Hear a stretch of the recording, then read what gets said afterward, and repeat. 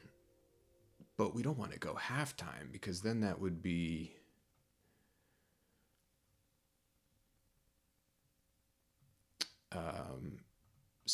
we're already halftime. We're already at 70 beats per minute here. So what is the deal?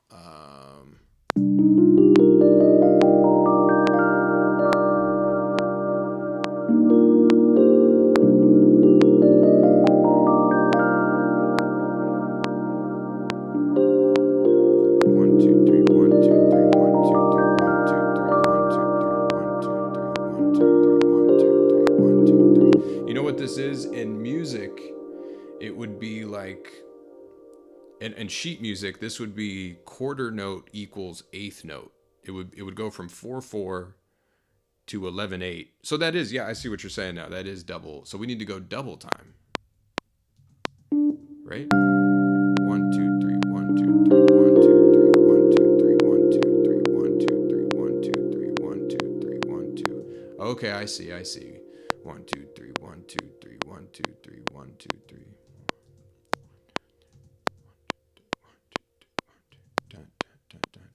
1 2 3 1 2 3 1 2 3.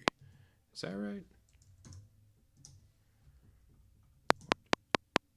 1 2 3 1 2 3 1 2 3. This is stretching my brain. 1 2 3 1 2 3 1 2 3 1 2 3 1 2 3 1 2 3 1 2 3 1 2 3 1 2 3. Yes. I'm just going to go with that because I can play to that. That works. And it might set us up to do some interesting things with the drums anyway. Here we go. Let's see.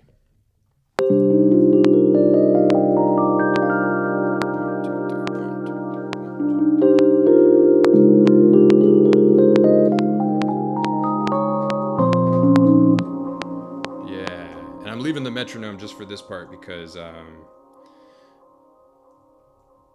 it's going to make it clear for me to play to it. 1, 2, 3, 1, 2, 3, 1,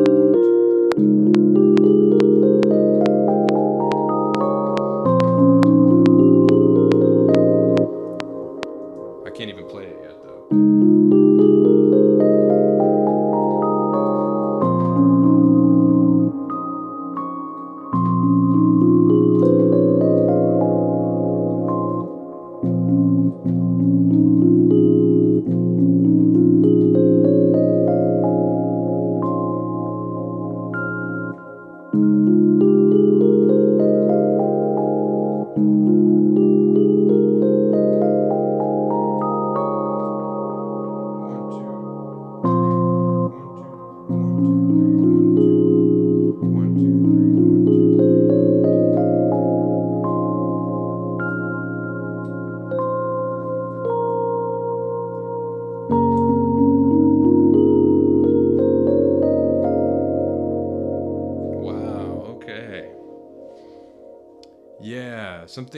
This is cool. This is going to be very satisfying when this comes together, because this is tricky.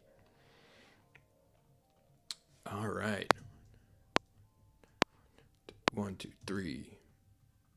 1, 2, 3. Wow.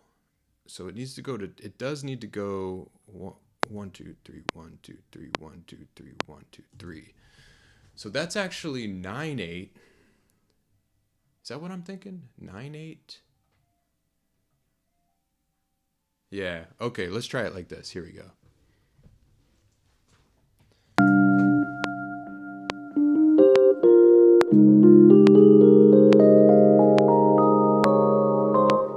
Wow, okay. So this is even different than I'm thinking.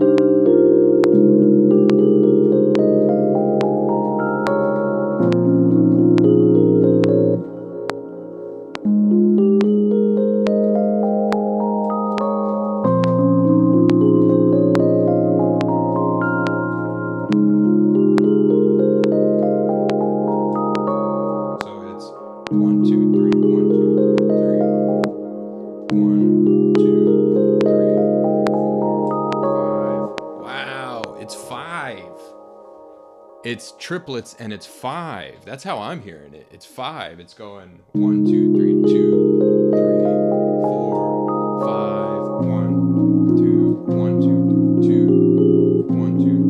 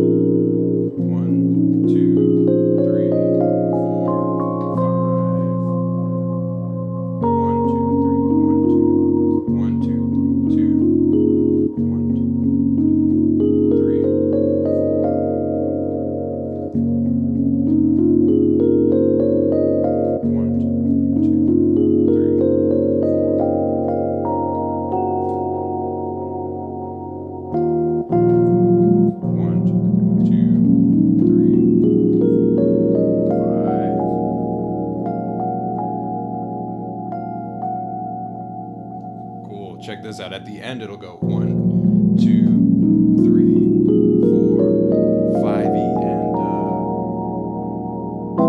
6. So it'll go back to 16th notes. Okay, wow. This is 5. All right, here we go. Here we go. This is how we'll do it. Fascinating. Fascinating rhythmic turn of events.